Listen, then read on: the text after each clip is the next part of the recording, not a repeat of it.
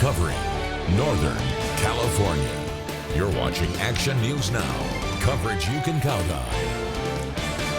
An ammonia leak forced shelter-in-place orders today in Oroville. We'll have the latest in a live report, plus new stories of survival and preparedness paying off in the devastating Park Fire.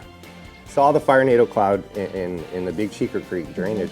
We did not see what was coming in the Rock Creek drainage, which snuck up behind us. And when we saw two fire NATO clouds, we knew that we were in trouble. We went through and cut some fire breaks.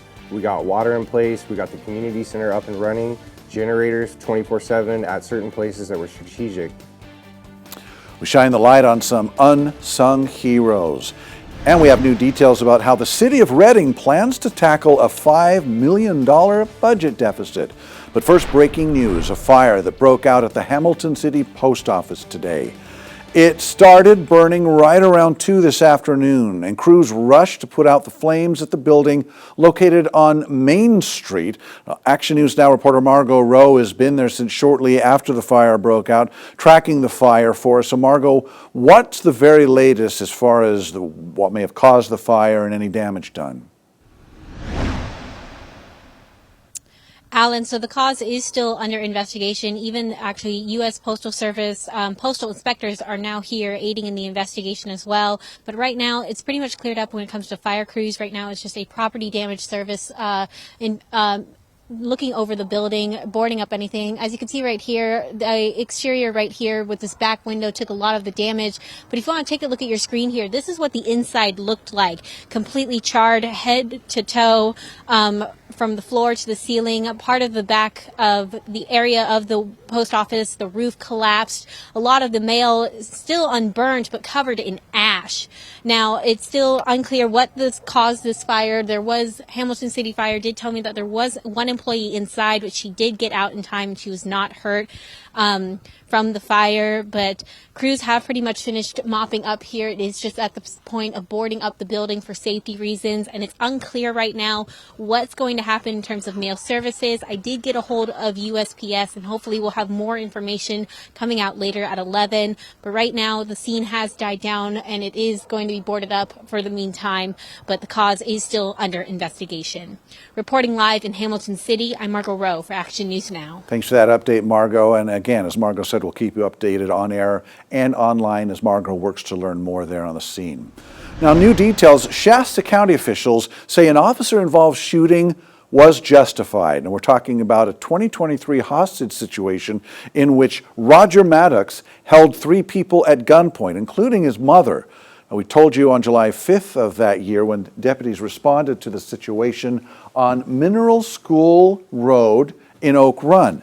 Roger Maddox held 3 people hostage, including his mother, as we said. CHP Air Operations saw Maddox threatening the victim, holding victims at gunpoint. SWAT officers then shot him to prevent him from harming the hostages or law enforcement. He survived that shooting, and a jury found him guilty last year. First responders closed down roads and temporarily urged people in Oroville to evacuate because of an ammonia leak today at the Pacific Coast Producers on Mitchell Avenue. And Action News Now reporter Alejandro Mejia has been there all day long, joins us now. So Alejandro, what impacts did this leak have? Alan, 6 people were forced to the hospital, and for those that weren't exposed to the ammonia, people were having to shelter in place or to evacuate for several hours. The call came in a little after 10 a.m., but fumes were coming out of the facility before that. Here's some video from Jason Morton's camera. Morton lives across the street from the facility, and as you saw the white fumes coming out of the top and to the right, Morton said he noticed the fumes around 9:48 a.m., but emergency responders were quick to stop the leak. The ammonia leak was quickly mitigated by the maintenance crews that were on site at the facility. We did do mandatory evacuations for a short period of time until we could get some good air readings to make sure that there was no hazard to the public. Once that threat was mitigated, we went ahead and lifted the evacuation orders. Since this interview, hazmat crews have cleaned up the leak and all roads have reopened just before 2 p.m. The cause of the leak is still under investigation. And I contacted the Pacific Coast producers to see when employees will return to the facility, and I'm still waiting to hear back. Reporting live in Oroville, Alejandro Mejia, Action News Now. Thanks, Alejandro. Now, the Oroville canning location was first established as Hearst Canning in the early 1900s. Pacific Coast producers purchased the facility in 1971. New tonight, Butte County Sheriff's Office says 3 people tried to rob an illegal pot grow in Forest Ranch. We first told you about the arrest last night on Action News Now at 11. Again, deputies arrested 3 men for conspiring to rob and steal marijuana with 3 other workers at the grow. The detectives say they found about 2,000 pounds of marijuana in boxes. The Sheriff's Office says that additional arrests are anticipated. If you know anything, give the Sheriff's Office a call. The Reading City Council held its annual budget hearing earlier than normal this year, earlier than usual in the year, and that's because of cuts that need to be made to make up for the projected $5 million deficit they're facing right now. Action News Now reporter Blake Mayfield is live in Reading. You are at this meeting today. What are the options being considered, Blake? Well, Alan, Reading City Councilors originally were debating potentially raising the city's sales tax, along with potentially doing an employee hiring freeze for the city for the year. But Mayor Jack Munz, during the workshop today, said that he would be in favor of potentially raising taxes on cannabis purchases to help make up for that projected $5 million deficit.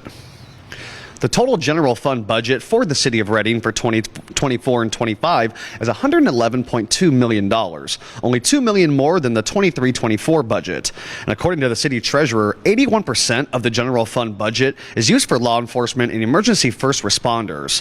One of the main reasons the deficit is now at $5 million is because sales tax took a plunge in 2023 and 24, coming in well below expectations. During today's meeting, City Council discussed whether charging cannabis cultivators a higher fee per square foot and raising the cannabis tax from 5 to 10% would be enough. I believe we could, let's go to, I'd say let's go to $10 a square foot, and then every couple of years right to 2% higher, something like that. And the retail, I would personally go all the way to 10. I want to make sure that we are doing a good job making sure that we are falling in line with something that produces, that takes care of us regulating those entities. The City Council decided to table the potential increase in cannabis taxes for another meeting. Members also looked at which needs were not being met with the general fund as it stands now. But one thing that's clear is no one wants to make cuts to law enforcement. Right now, there are currently 9 unfilled positions totaling $1.6 million in the Reading Police Department. Reporting live at Reading City Hall, I'm Blake Mayfield, Action News Now. Thank you, Blake.